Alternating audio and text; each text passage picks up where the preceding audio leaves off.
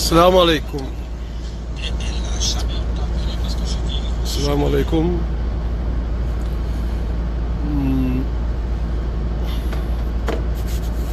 ma leen di nuyu mbokk yi dama leen di nuyu Ismaïla namu naa la Ousmane donc di leen nuyu yéen ñëpp ci ku nekk turam ak santam fa seeni woon rek tey entendant gaa yëpp dugg si waaw tey xam naa topic bi li ñuy wax tey mooy l'affaire Maimouna Bousso la dame la bi nga xam ni dañoo tëj këram aussi ak ay image li ñu gis léegi ci aéroport par rapport ak sénégalais yi xam nga dañ naan la moo xew quoi maanaam sénégalais yi ndax yenn indiscipline la wala li xew donc loolu daal la ñuy jéem a ci loolu la ñuy jéem a wax analyser wax ci xool où se trouve le problème bon affaire kii bi ndaw si déjà bon boo xoolee sama page bi affaire bi amee réagir naa bon man Macky Sall laa wax Macky Sall te dama am samay raison yu tax ma ni c'est la faute à Macky Sall bon déjà avant loolu ndaw si wax na ensuite Pape maa ngi lay nuyu bu baax Pape donc ndaw si wax na après borom kër ki jëndoon terrain bi moom tamit bon wax ba moo nekk nii donc pour ñi ko bëgg kii moom li mooy version moom joxe na sa version des faits xam nga bon li mu wax aussi a été vraiment clair quoi xam nga c'est vraiment clair donc Maimouna Bousso aussi li mu wax dafa leer xam nga li mu wax dafa leer donc y a un problème parce que lii du tey la commencé les histoires de litige là du tey jii la commencé depuis Ablaye Wade avant Ablaye Wade sax depuis Tanor Dieng bi muy jëkkati Sacré-Cœur je dis bien Tanor Dieng pas litige sax foofu parce que foofu mbeddu buur la bu toog di jël ay terre di may ku ko neex bon ñoom li tax ñu koy maye nag ci ñoom la amin seeni raison yi tax ñoom ñoo ko xam en tant que politicien donc ndaw si moo nekk nii expliqué na moom tamit yeneen raison yeneen fait yi tax amin li nekk derrière tout ce qui s'est passé donc man dama ni d'avance affaire bi c'est la faute à Macky Sall pourquoi parce que xam nga nit avant ñu lay fal dafa am ay base yu leer yu tax ñu fal la dafa am benn discours boo xam ne moom ngay tenir ci kanamu sénégalais yi nga ni yow yaay fal leen ma wala ma falee naa def lii naa def lee ci base yooyu la nit ñi falee mooy lan am na fi yu bëri yoo xam ne moom bokk nañ ñu ko fustiger bon li gën a évident li ñëpp xam déjà muy un problème mooy lan d'abord mooy sénégalais yi am nañu ay problème fu ñu dëkk loyer cher na suuf cher na ñëpp xam nañu suuf dafa cher immigré yi par exemple ñu nekk fii ñu bëri dañu bëgg ku nekk looy xalaat mooy boo demee Sénégal tabax n'est-ce pas tabax ngay njëkk xalaat parce que loolu mooy premier signe buy wane ni yow peut-être xaw nga ci génn am na loo réaliser sa dëkk n'est-ce pas mooy fierté bi mais ci biir loolu bon li ñuy tabax amin da ngay jox ay nit ñu jëndal la terre ñu jëndal la fii xam nga ñu ne teeru ay lébu ñoo ko moom nangam après benn jour mu am ay litige je sais pas xam nga avant Macky Sall loolu avant Macky Sall ñëpp xam ni ñu bëri liggéey nañ fi bay bëgg a dee jël seen xaalis yónnee ko Sénégal pour ñëw ba last minute dernière minute ba ñu ñëw ba defa ni amin alhamdulilah léegi mën nañ ñibbi ñu dem ndek ñu indi leen ay problème litige amuñu doole ñu nangu affaire bi seen loxo c'est avant Macky Sall loolu a commencé am donc duñ ñëw benn affaire duñ ñëw ba léegi en 2017 fin 2017 sax plutôt en décembre 2017 mbir bu demee bu doy bu mel ni am Macky Sall promettroon Sénégalais yi mooy dina mettre les familles à l'abri les képp kuy Sénégalais je te mettrai à l'abri maanaam il fera le maximum pour te mettre à l'abri maanaam bu ma nee famille surtout xale yu ndaw yi parce que xale dafa innocent te ñooñu ñu toj seen kër dañu am ay doom comme ndaw si dafa am ay doom yéen nga xala état psychologique xale yi doomam yi bu ñuy màgg ci ban moyen la ñuy màggee ban mindset la ñuy màggee ëllëg est-ce que ñii ñoo ngi koy calculer léegi bon da ngay gis ne Macky Sall dafay ñëw sax déjà pour bon xam ne loolu ay urgence la mu ñëw ne dafay nax sénégalais yi ci ay lan ne dafay wàññi loyer yi dafay wàññi loyer nit ñi dañoo liggéey ba bëgg a dee moodu yi sénégalais yi ñu nekk biir Sénégal di xoslu nga ñafe sa live tabax sa benn kër nga di bopp pour sax ma am ay garantie pour samay doom xam nga pour ma am genre garantie maanaam genre investissement la pour samay doom n'est-ce pas mu ñëw def ci amin def ci alal ji mu ciy def lépp xam nga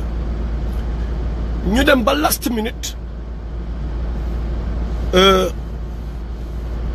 ay problème am ba last minute n'est-ce pas pourquoi parce que Macky Sall nee na dafay wàññi loyer bi alors que moom li mu leen jaayee woon ciment bi moom ak système bi mais pour ñu amortir seen investissement kay ñaata at la nar a jël ñoom kay ñoo war a xool ni ñuy jëlee comme que dañuy dem lebi rek di jël xaalis ñi di sacrifier sénégalais yi nga xam say indi fi ay du n'importe quoi ay Auchan wak indi fi n'importe quoi français yi fépp fu sénégalais waroon investir ñu jël jox ko France ñoo ñëw phagocyté tous les petits business de sénégalais waroon comme que loolu la kay mais au moins ñu jox leen le minimum mais dañu ñëw léegi nag mu nekk un problème entre sénégalais mooy lan waaye ki ma loué dafa soxor ah gouvernement bi neen na wàññi loyer bi mais gars bi muy tabax dañuy waxan dëgg bi muy tabax mais attends mais ci ciment bu cher lañ ko tabaxalee këram la tabaxee këram ci suuf su cher la gouvernement bi tabaxee këram donc loolu du woon plan xam naa la politique la woon rek parce que pourquoi parce que majorité bi ci luwaas la ñu dëkk wala ci ay galère la ñu dëkk wala seen mbokk ci gal donc ñoom ay vote rek la ñu bëgg li leen di crédibiliser devant les sénégalais loolu rek la ñuy wër léegi nag pour ñëw carrément ci problème mu ndaw si man bon déjà avant sax may dugg foofu damay njëkk a wax comme que on parle de terre affaire bi dafa war a attirer suñu attention ci benn mbir bon après nañ ñëwaat carrément si kii ndaw si mooy instant bi est-ce que ñun ñoo ngi fii ñoo ngi États-Unis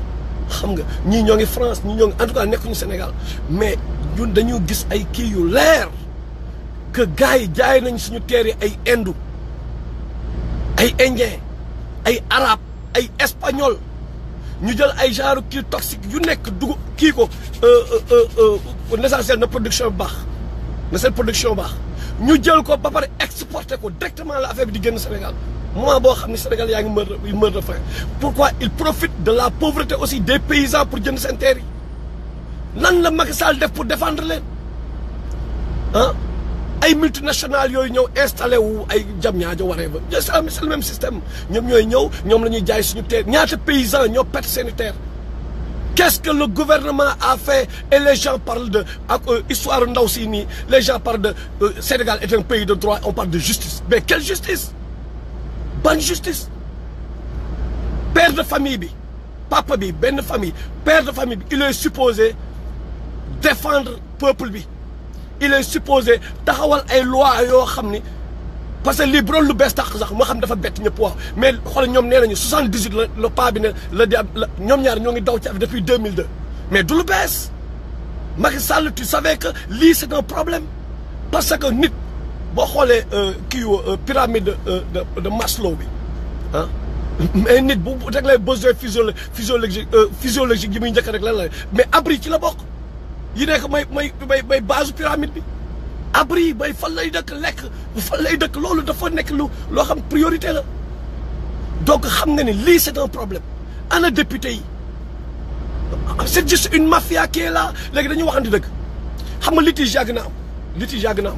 mas ngeen gis benn litige boo xam ne ñoom politiciens yi nga xam ne ñoo ngi au pouvoir ñu am litige ak keneen ba pare ñoom ñu perte soit parce que ñoom ils ont des terres partout ils ont des terrains ils ont des maisons partout les marabouts là marabouts yi ak politiciens ils ont des terrains partout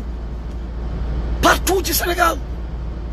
bon bien que am na exception bien sûr mais majorité bi ont des terres partout ñoo jënd terrain yëpp ñoo séddoo dëkk bi mas ngeen dégg ñoom ñu dugal nga ay litige nga dégg seen tur mais c'est tout le temps un pauvre sénégalais bu liggéey bay bëgg a dee un sénégalais lambda moom mooy ñëw nekk ci ay problème léegi kan moom moomoon kër gi en 78 mooy magu Aminata Tall xaw ma ndaw soo nekk ak Macky Sall mooy une dame qui collabore avec suñu bureau bi muy Macky Sall cette dame là mais ñoom seen kër waaye gars yi lu mu dee denc nañu 1 milliard waaye xam nañ nu muy fonctionner ngeen denc 1 milliard nekk fii di ñafe seen live ci affaire u terrain boo xam ne 78 ba léegi mettre leen ko en valeur mais parce que terrain benn ex kii la am ngeen yeneen bien donc doo leen mën ni yéen amul leen un autre moyen pour ne serait-ce que yërëm xale yi wala trouver un xam nga affaire xam nga nit bu ñu bëggee juboo ma ak yow ci benn ma lay jaay gerte caaf nga bëgg jënd ci man xam li ma la mais waxaale bi même gerte caaf bi prix boobu mën na jox bu nekkee man am naa intention pour dimbale la parce que da ngaa xiif ma bëgg la jox gerte caaf bi juste parce que da ngaa xiif mais attends mais day yomb quoi au moins dinaa ne waa mais gars naa la jox gerte caaf bi mais quand même dans un mois nga jox ma kii parce que xool laa xool sa xiifaay laa xool parce que tu as faim mais man tamit dama soxla moo ni pour donner sama famille mais donc dinañ trouver ñu xoolaale ci yàlla mais gars yi dañoo ñëw détruire benn kër boo xam ni kër gi boo ko xoolee ñaata millions lañ ci def ah ñaata da ngay xool kër gi nu mu ngandee quoi ak ni ñu ko tabaxee mais am na benn aaya xam nga loolu yàq am na benn aaya gars yi pour dire déjà avant loolu Omar Ben Khattab ñëpp a xam bon ñii xam quoi gis ngeen am na ci sahaaba yi kenn koo xam Rasulullah moo ko mayeen benn terre mettre ko en valeur Omar Ben Khattab ne ko da nga koy mettre en valeur wala ñu jël boole ko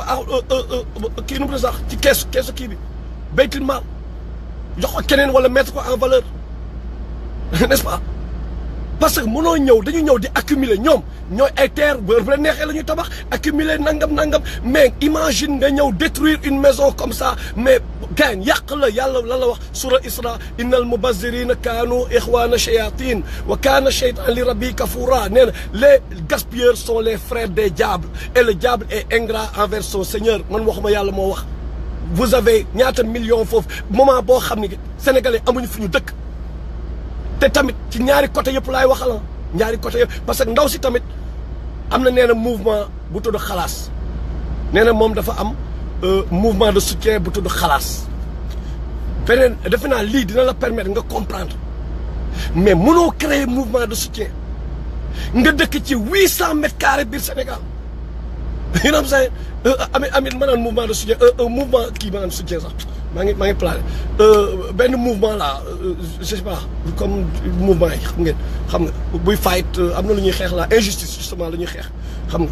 donc nga dëkk ci benn 800 mètres carrés am dëkk ci yenn luxe yi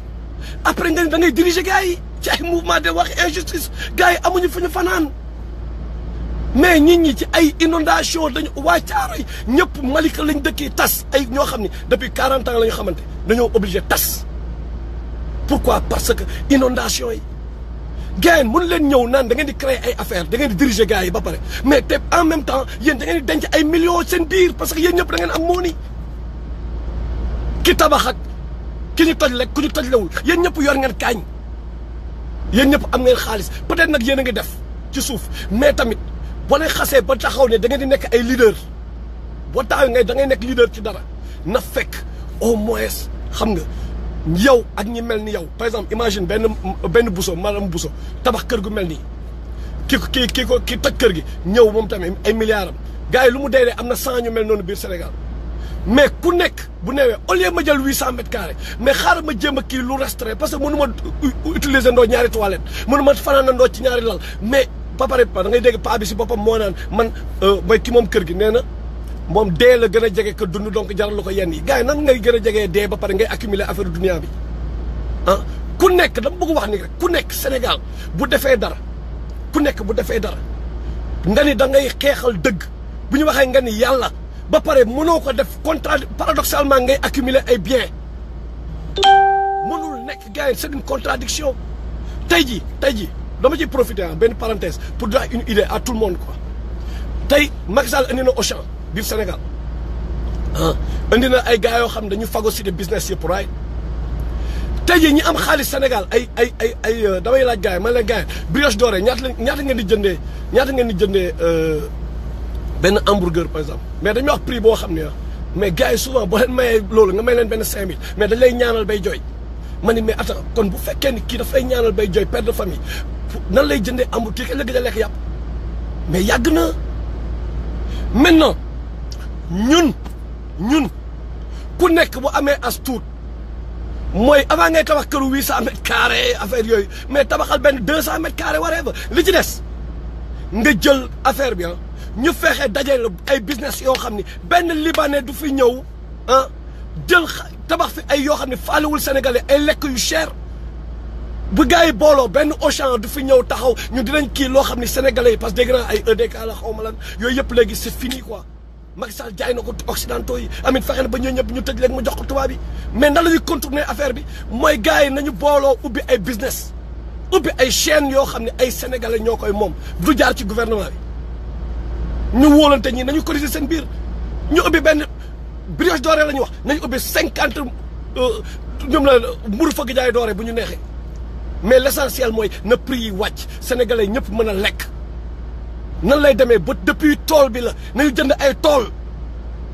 ñu jënd ay kii agricole yu am sa ñoo xam ne lépp ñoo koy produire ñu jëndee tool yi ñu def élevage bi def lépp nga xam ne yàpp bi si ñun lay jógee kii bi nu mu tudd encore pomme de terre yi si ñun lay jógee diwlin bi Chine moo ngi fii machine yi yuy defar transformer gerte bi en diwlin ba pare ñu def ko genre chaîne et la sec yow yaay gérer ci gerte bi yaa koy gérer ok boo paree nga produire ñu jënd ko ci yow man damay jënd ci yow gerte bi parce que man maa gérer ñebe bi comprendre nga après man ma jënd si yow ñebe bi léegi kii moo ko kii après ñu daje yu ne am sa mu nekk benn genre chaîne mais pas benn Youssou Ndour fële rek moom lépp moom moo koy investir non non benn ventilateur la ñuy defar na am kuy xam ne mooy gérer hélice bi xam nga mooy gérer par exemple bouton yi am kuy gérer noonu la ñu mën a joobee pour contourner système bi ne vous attendez pas à ce que ñoom Macky Sall ñëw génne ñu ci non gars yi affaire de money la affaire de xaalis la te lii tey jii bu fekkee ku nekk da nga yor sa kër milliard ay kër boo xam ne boo ñu ko kiyee nañ ay 400 millions gars yi ay millions ba muy 400 mais c'est beaucoup d'argent après gars yi ñëw toj ko nii mais am na ay signes yàlla am na lu muy wane mooy lan bu leen di xeex gars yi dañu war a booloo ci xeex bi à tous les niveaux mooy lan gars yi il faut ñu génne xaalis bi ba pare teg ko ci lu wóor en même temps nit ñi xam ne ku nekk da ngay def pas fii dunia mais pour axira bi nga moo tax ngay def pour dimbali sénégalais yi mais Macky Sall il a les mains liées dafa bokk ci ay sociétés yoo xam ne dañ koy imposer li muy def mënu ci dara moo tax ay marché républicain day dem par la force day dem ñemewul bañ a dem donc quelque part dañ koy rendre service mën na am mu am yéene dimbali sénégalais mais mënu ci dara parce que loolu c'est depuis Senghor Ablaye Wade moo fippu te gis ngeen fi ñu mujjee ak moom Kadhafi bi mu fippoo gis ngeen fi mu mujjee donc loolu c'est juste pour que sénégalais yi xam ni mbooloo mooy doole te tant que contourné wuñu loolu les sénégalais continueront de mourir de faim te loolu daf may permettre aussi bon peut-être avant may dugg ma introduire affaire li ma gis mooy image bi ma kii ni aéroport bi ma gis gars yi di def ay xaaral ma woon leen image yi xam nga déjà beneen affaire boo bëggoon kii mooy sénégalais yi il faut ñu nice quoi ndaw si li ko dal dafa metti quoi dafa metti donc boo ko encouragé wul bu fi nekk naan non fan la jëlee xaalis non fan la téye lii nangam parce que parfois dafa bëri góor ci ñun ñoo xam ne ils sont misogynes aussi quoi bëgguñu gis benn jigéen bu réussir quoi day yenn saa yi day impact sax si mariage yi génn bul toppatoo gel bi fu mu jëlee xaalis parce que moom taxawu fi naan fan leen ma président moom benn mouvement am la créé yu am sa waxul ke engagé wul signé wul contrat ak kenn donc anyway même li ñuy wax yëpp daf koy neex mu def ko bu ko neexul whatever yu am sa mais ñi nga xam ne ñoom dañoo signé contrat ak ñun ñoom ñoo tax ñoom Macky Sall ñoo fi ñëw promettre ñu ak le système là ñoo promettre fen ñu ñooñu bu ñu waxee bu ñu defee benn affaire dañu dal seen kaw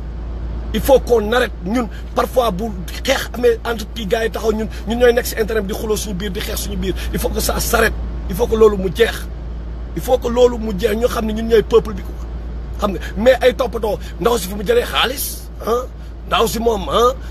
kii système bi la bokkoon ndaw si mais comment bu leen gérer loolu c'est son truc privé fu ko neex na ko jëlee xaalis moom ak borom moom la wala waree fa fu ko jëlee fu baax borom moom xam ne fu ko jëlee benn su bu leen gérer loolu beneen affaire bi mooy boo leen gisee li xew gis ngeen ma wan leen image yi d'abord ngeen gis image yi léegi ne xaw ma naa ñëpp gis nañ ko mais gis ngeen ok li aéroport bu bees bi la right gis ngeen xam nga tapis bi moo nekk nii gars yi seen bagage dañuy xaar ok xool leen ce qui va se passer là gis ngeen benn valise humaine moo fële doon you know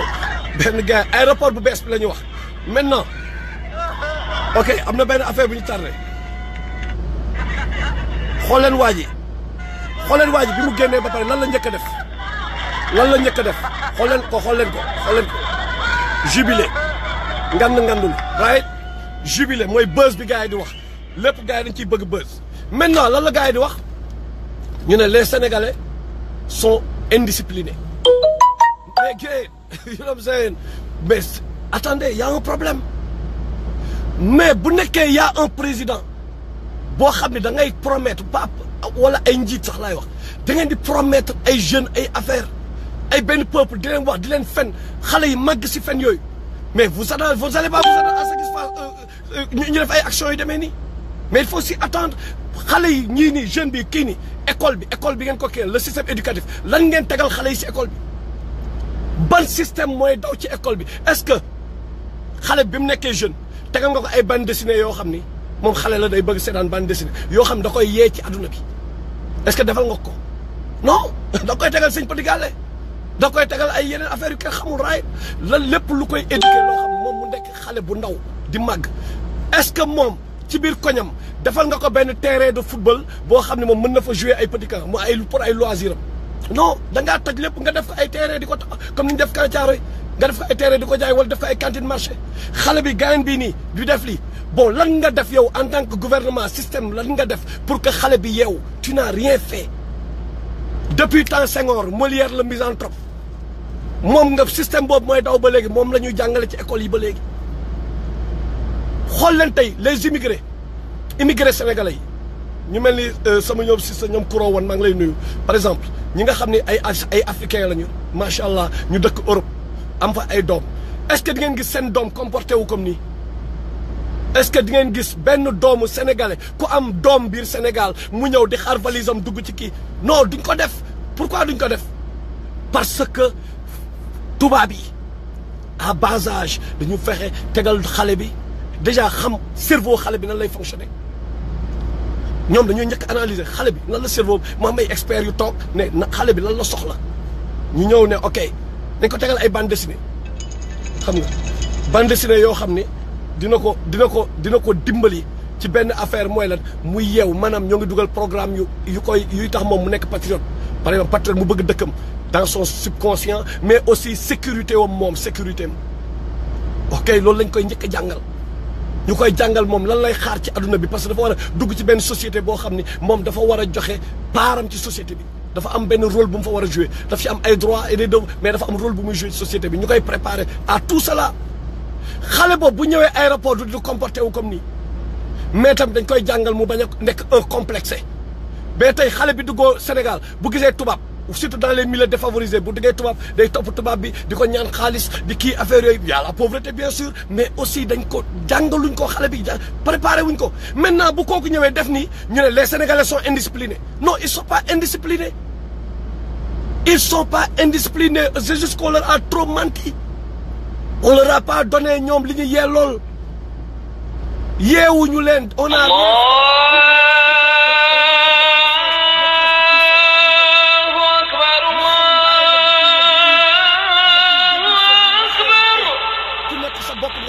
comme ñii ni ñu tojee kër gi boppam rek la xalaat ñëw ne kër gi nii je m'en fous de 800 millions la wala 400 millions l'essentiel sama alal la te da ngay gis góor gi du muy waxee avec arrogance lay waxee sama alal la damay toj je m'en fous bopp sa bopp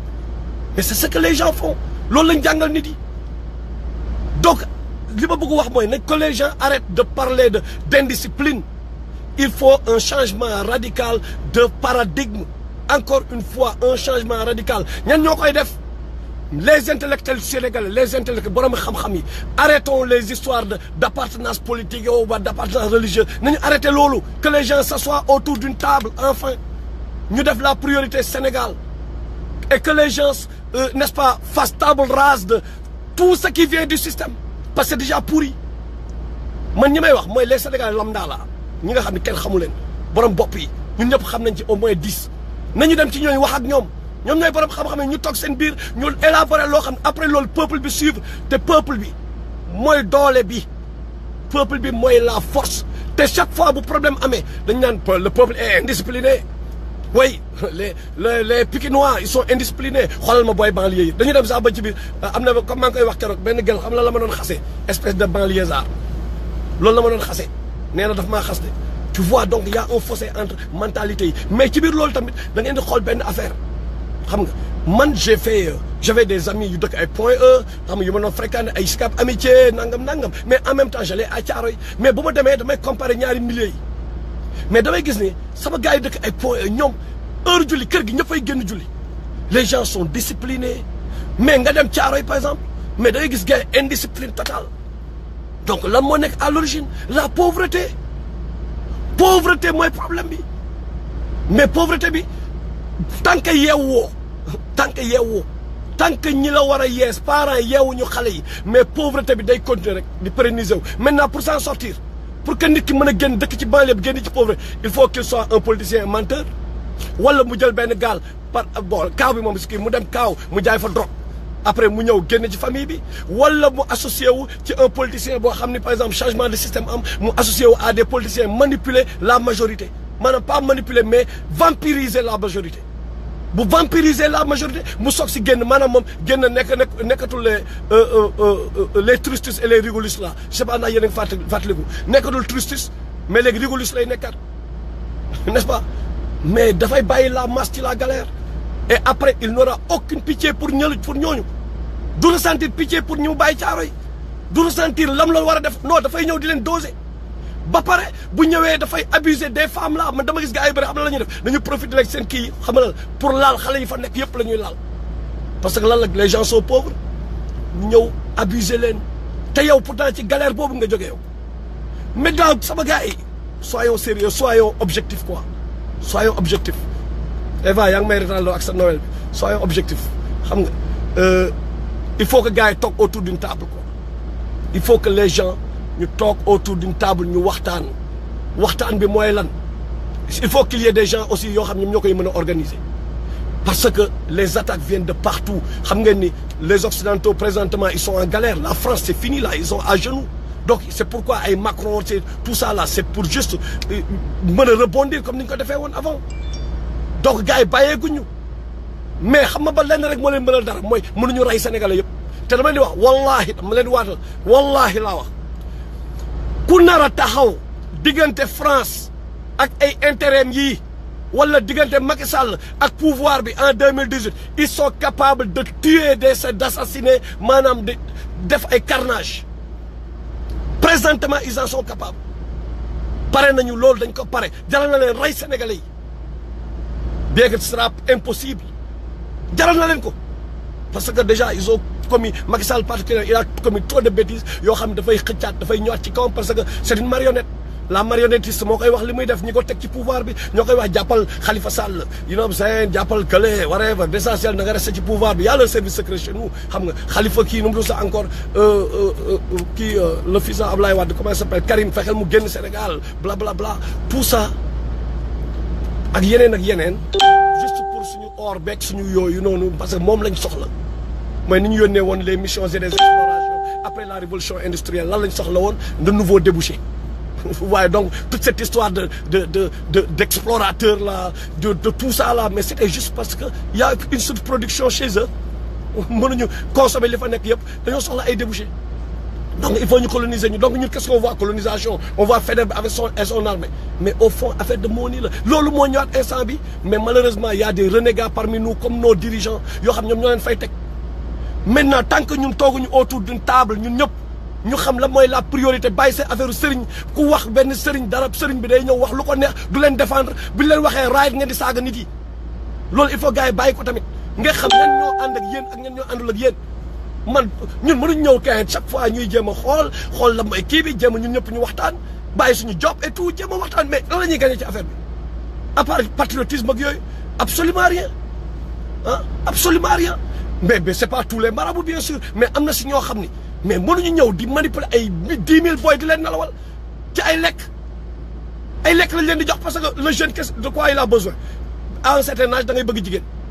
du dëgg ñu may la jigéen ñu may la jabar gratuitement da ngay soxla terrain bëgg ci génn ñu may la benn terrain gratuitement ba pare ñu jox la ay lekk parce que da ngaa xiif ah yaa ngi dëkk ci banlieue da ngaa xiif mais après tu vas suivre le gars maintenant discours boobu mooy teg sa main di la ko répéter waxoon naa leen subconscient bi pour nga reprogrammer ko xam nga par la répétition la ñuy reprogrammer les programmes yi nekk ci subconscient bi mais donc daf lay répéter son discours là benn instant nga nekk taalibe dof ku wax dara kii bi nga naaw ab mais xoolaatal sa bopp xoolal ci lim la dugal tu vas jamais réussir dans ta vie là tu seras toujours dépendant et tu galère bi ngay mës a dëkk donc il faut nga taf yooyu ku la waxul sa diggante ak yàlla waree fa xam nga taf loolu gain ñu xam ne priorité bi c'est le Sénégal quoi présentement c'est Sénégal mooy priorité bi vraiment te dara mënul nekk tant que peuple bi nekkuñu benn ça fait très mal chaque fois bu ñu waxee fii nga gis ne da ngay mujj am problème ak say mbokk ñi nga xam ne ñoom ngay tu es supposé combattre pour eux mais après da ngay mujj am problème ak ñoom 1988 ba léegi ñoo ngi combattre donc gars yi nañu yeewu c'est pas des trucs c'est désintéressé on n'a pas besoin de am na ñun ak ñeneen ñoom Karim Xurum Xax gars yu bëri mais c'est ça le combat pour terminer damay lancer benn appel quoi moom laay terminer mooy sama gars yi arrêtons d'être des hypocrites quoi hypocrisie bi il faut ñu bàyyi ko xam nga médias yi arrêtez votre hypocrisie ok arrêtez votre hypocrisie vous faites preuve d'une hypocrisie vraiment paroxyste pourquoi parce que yéen ak ñi topp ci ginnaaw Khalifa Sall yéen laay waxala ñi topp ci ginnaaw parce que c'est les membres du même club quoi ñoom ñëpp c'est le même club on leur a donné l'opportunité de changer ce pays là xam nga ñoom ñëpp jox nañ leen ay 10 ans PS jox kii 12 ans PDS ku nekk jox nañ la n'est-ce pas? Qu'est-ce qu'on a fait? Comme on dit, on a remplacé le PS par un autre PS qui s'appelle PDS. On a remplacé le PDS par un autre PDS qui s'appelle APR. Donc c'est la même mafia. Ok? Gars non, qui il est victime de l'alala, Khalifa Sall, nangam. Waxuma gars yi xeex pour le moment. Parce que c'est vrai que Macky Sall dafay abuser li muy def. C'est vrai. Bu ñu xoolee ci juste bi que c'est vrai, loolu c'est vrai. Mais gars mais Imam Ndao parce que amul mbokk moo tax kenn du ko jàppale ana kan moo fi taxaw ne au moins Imam Ndao même s'il est coupable je dis bien même s'il savait qu'il est coupable ah xoolal le minimum mérité na ko mooy un procès mais les gens s'en foutent pourquoi parce que les gens sont matérialistes les Sénégalais nous sommes matérialistes lan la ñuy gis mooy kële moom mooy Messi donc Messi respect you know kële mooy Youssou Ndour respect même bu nekkee ci biir koor gi day indi ay festival salam on s'en fout quoi dañ koy respecté parce que yor na mooni parce que xoolal moom star la parce que dafa am ay télé ay rajo ñoom ñooy yëngal jamono mais Imam Ndao parce que amul ku ko jàppale non mais c'est grave quoi c'est trop grave gars yi gars yi nan ngeen di ñëwee topp ci ginnaaw Khalifa Sall bàyyi Imam Ndao nan Karim Xurum Xax waa nitu dëgg kese ñoo fiy taxaw di xeex yenn xeex yi ñëpp nii lañ def après boo ñëwee bëgg ñu wax waxi religion yàlla nee na yonent bi nee na ci côté religieux yi ah qu'est-ce que vous faites da ngay toog ba rappeurs yi ñoom Karim ñooy taxaw di xeex bi boo leen waxee ñu taxaw naan waaw xale yi nangam mais xale yi au moins jeunesse bi ñooy def lu ñi ngeen deful ok gars yi nañ si jàpp quoi Imam Ndao mérité na au moins gars yi yóbbu ko procès bi war na commencer minimum parce que Karim dem na ba foofu nee leen ñoo ngi koy torturer dégg ngeen ne Karim dem na ba foofu nee na paa bi ci condition yu doy waar la nekk instant bi dafa dem ba foofu ok so gars yi nañu dawal yërmande quoi nañu dawal yërmande suñu morom jullit moo ngi ci ay kii ay Khalifa Sall ñun xam nañ ni mu demee comment c'est-il enrichi ñun ñëpp xam nañu moom ak keneen kon nag gars yi waxuma bu leen jàppale Khalifa Sall mais la moo garaaw mooy ku nekk di rey fii boppam parce que li benn affaire bu leen mënu leen ñu nax parce que daf leen wóor ni Khalifa Sall daa denc ay milliards loolu dong moo tax ngeen di am na loolu leen yaakaar ci Khalifa Sall fu ñu la solalee caaye ngemb laa ngi ñëw ci suuf loolu moo am Sénégal am na lu ñu fa yaakaar dong moo tax ñuy rey seen bopp mais ñi nga xam ne au moins ñoom dañ leen yóbbaale ci mouvance boobu réeral leen ngir yàlla taxaw leen ci affaire Imam Ndao au moins mu am procès gars yi gënal ñi preuve yi et tout suñu mbokk julli la imam la tudd Imam Ndao c'est un imam c'est un leader c'est pas Moussa Ndiaye wala MC kii wala Mbalax man Youssou Ndour non Imam Ndao la ñu wax imam te damay ñëw benn affaire quoi mais gars yi nañu wax ne raay yow bon boo naroon véritablement bon am na kenn kam koo xam ne am naa ci moom confiance il m'a dit des choses mettre ma ko en doute quoi parce que sama grand la et puis vraiment j'ai confiance am na lu ma wax te mënu ma ko wax fii mais quand même yow boo nekkoon nga nekk terroriste quoi ngay def terrorisme right nga ne bon da nga mën a des actes terroristes par exemple léegi yow nga am ay talibé mais kay defe naa talibé yi ngay xale yi ñooy gën a passé inaperçu wala pourquoi jëlu si talibé mi daara te moom daa yor ay daara pourquoi jëlu si talibé yi wala soit il n'est pas intelligent kon bu fekkee ñoom li ñuy wax dëgg la wala ñoom dañ koy accuser à tort donc gars yi jàpp leen ci combat bi quoi mooy Imam Ndao moo gën a nekk priorité que Khalifa Sall instant bi man loolu laa leen di wax Imam Ndao moo gën a nekk priorité que Khalifa Sall noonu ngeen def yéen mën leen ñëw ak kii Sonko par exemple Sonko man bokkuma benn parti politique dañu waxante raay bokkuma fenn dëgg rek laay wax te li ma gis Sonko amuñu luñ koy reproché amuñu dara luñ koy reproché mais yéen Khalifa Sall ngeen gën a respecté que Sonko te Khalifa Sall dugg ci système bi ak Abdou Diouf lekk suñu xaalis bi yëpp ah yéen peut-être yéen ñu bëri ay jeunes lañu mais ñun on était là ñoom Mbaye Fall lay doole ma bàyyi ma fenn Albouri gis naa léegi ci line bi wax leen gars yi bi ñuy grève en 2008 bi ñuy ñëw waa Kennedy bi ñu amulee coordinatrice mooy Ramatoulaye Salzman bi mu démissionné ñun bi ñu daan dem di gérer kii bi ak ñoom Ndiogu Ba gars yi ñoom cuun ak ñoom gars yi ah bi ñuy dem Kennedy kan moo daan yónni ku daan yónni kii nervi booy bandi faas yi ah c'était pas Khalifa Sall c'était Khalifa Sall ay élèves da ngay xoolaat suñu photo yi bi ñu nekkee xale on était des bambay ay élèves lay yónnee ay nervi ba kii ni mu def Ndiaga Diouf loolu mënoon na ñu rey parce que temps dafa amoon ay tendance entre y avait Ibrahima Niang Cotem y avait Cotem xam nga par temps de bu gars yi bu ñu daan dem ay négociation ministère ak ñoom Ndiogo ak yooyu xam nga c'était Ibrahima Niang lañ wax mais apprenez à parler d'abord à parler parce que y avait Jean Collin d'un côté et y avait parce que kii bi dafa scindé woon en deux groupes gouvernement bi y avait des tendances au niveau du PS mais ce même ki ngeen di nekk di rey seen bopp Khalifa Sall ah mais waxuma bu leen ko défendre waxuma loolu tamit na leer mais quand même Khalifa Sall nañu waxante right dafa yàgg dugg liggéey ak des corrompus ci loolu la amee alal boo leen ko bañee dégg nag di ngeen ko dégg peut-être da ngeen fekkewul démb ñun on était là xam nga wax leen ñu fan la jëlee alal ngeen ñëw di jéem a dajale naan dajale nañu 1 milliard mais 1 milliard 1000 millions la gars yi noo leen dajalee 1 milliard yi nan la ko dajalee mais dañu war a xool nan nga fii parce que Macky Sall tuuram dina ñëw tuuram dina ñëw fii ñëpp ñuy déconné seen tuur day ñëw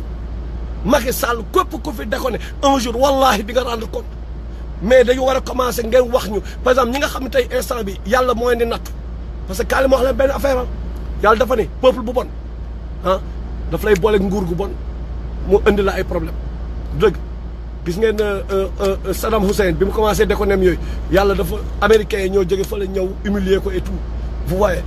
parce que ni mu doon def peuple am la tamit nga xam ne ni mu demee comprendre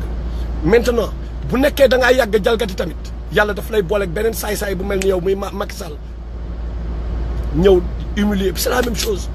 c'est la même chose yàlla moo andi Macky Sall mu kii nii Macky Sall tamit comme que moom bu réformé wul s'il se réforme pas